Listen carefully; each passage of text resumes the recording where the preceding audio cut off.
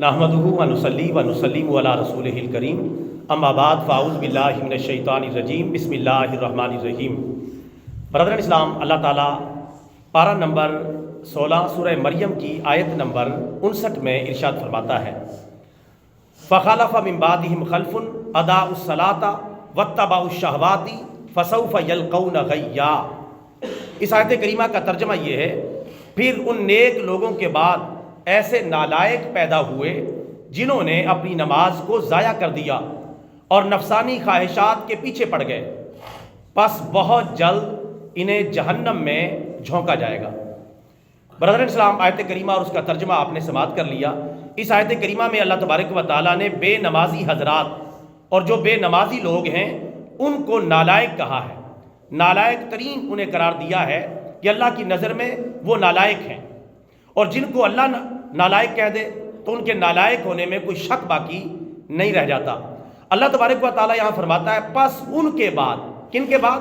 پچھلی آیت میں ذکر ہے کہ جو ہمارے نیک بندے تھے، جو ہمیں سجدہ کرتے تھے، ہماری آیتیں سن کر رو پڑتے تھے، ہمارے دین پر چلتے تھے، وہ نیک لوگ جب چلے گئے، ان نیک لوگوں کے جانے کے بعد کچھ ایسے نالائق ترین لوگ پیدا ہوئے جنہوں نے دو کام کیے۔ نمبر ایک، انہوں نے نماز کو ضائع کر دیا۔ ایک کام یہ کیا، نماز یا تو بالکل ہی نہیں پڑھتے، یا توجہ کے ساتھ نہیں پڑھتے، اور یا وقت بے وقت کر کے نماز ادا کرتے ہیں، یا نمازیں سستی کے ساتھ ادا کرتے ہیں۔ اب جو لوگ بے نمازی ہیں ان کو اللہ تبارک و تعالیٰ نے یہاں نالائق قرار دیا ہے۔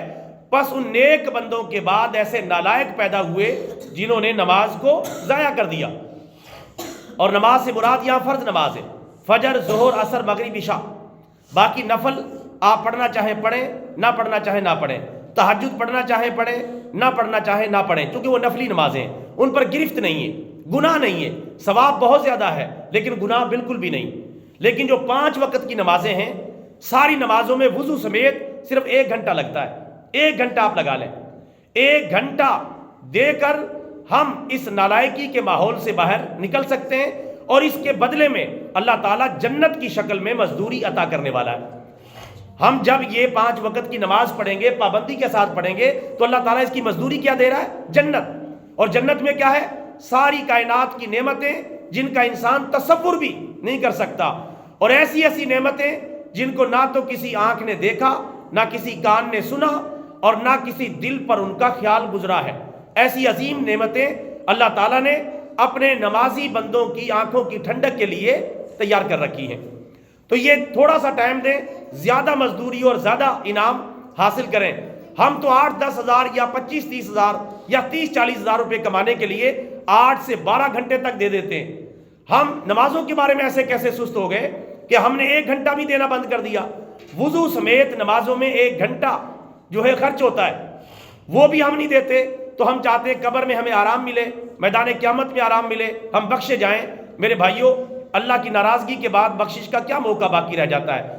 تو اللہ تبارک و تعالیٰ جنہیں نالائق کہہ رہا ہے، ہمیں اس کیٹیگری سے نکلنا ہے۔ ایک تو یہ بات اللہ تعالیٰ فرماتا ہے کہ انہوں نے نمازوں کو ضائع کر دیا، یہ لوگ نالائق ہیں۔ نمبر 2 کہ وہ نفسانی خواہشات کے پیچھے لگ گئے، یہ بلڈنگ بناؤ، یہ گاڑیاں خریدو، یہ عیش کرو، حکمران بنو، طاقت، قوت، دولت، پیسہ، سرمایہ جمع کرو۔ اور آج کل ہر بندے کی زبان پر یہی، جس کے پاس پیسہ ہے اس کی ریجھ بوجھ ہے، اس کو لوگ عزت سے دیکھتے ہیں، جس کے پاس پیسہ نہیں کچھ بھی نہیں۔ ہم نے یہ بات سنی اور دوڑ پڑے پیسے کے پیچھے، دولت کے پیچھے، اقتدار کے پیچھے، طاقت اور قوت کے پیچھے ہم دوڑ پڑے، اور پیسہ کمانے کے لیے ہم ہر حد تک جا رہے ہیں۔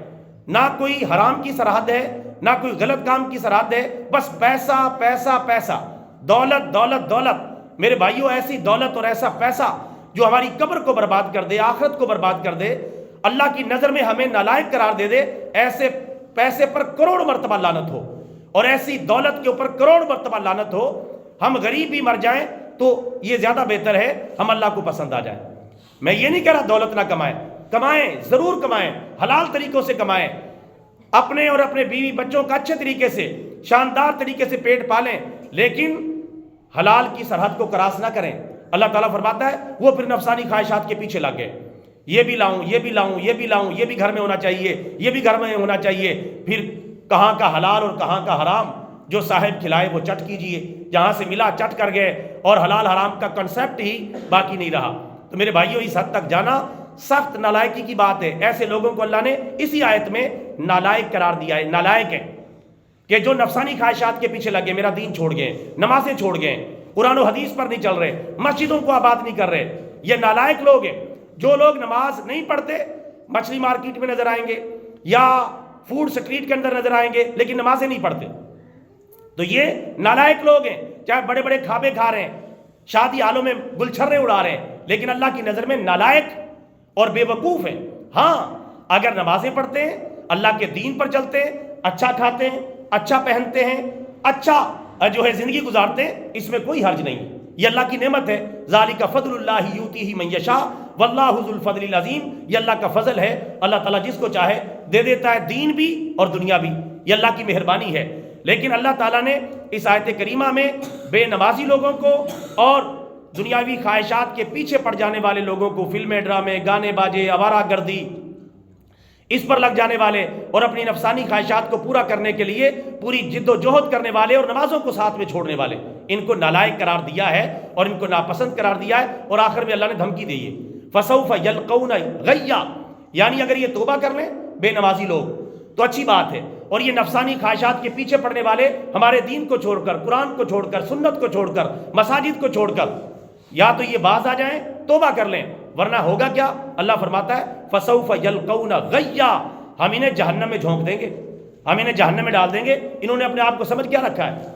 یعنی اللہ کا فرمان ہے۔ اللہ تعالیٰ لگی لپٹی بات نہیں کرتا، وہ خالق کے کل ہے، مالک کے کل ہے، سیدھی بات کرتا ہے اور سیدھا بتاتا ہے یہ غلط ہے اور یہ صحیح ہے۔ فرمایا کہ اگر بعض آگے توبہ کر لی تو ہم ان کی توبہ کو قبول کر لیں گے اور ہم انہیں اپنے نیک بندوں میں شامل کر لیں گے اور جنت میں داخل کر دیں گے، اور بعض نہ آئے فَسَوْفَ يَلْقَوْنَ غَيًّا، ان قریب بہت جلد، یعنی مرنے کے بعد ہم انہیں جہنم میں جھونک دیں گے، جہنم میں ڈال دیں گے، ان کو چھڑانے والا بھی کوئی نہیں ملے گا۔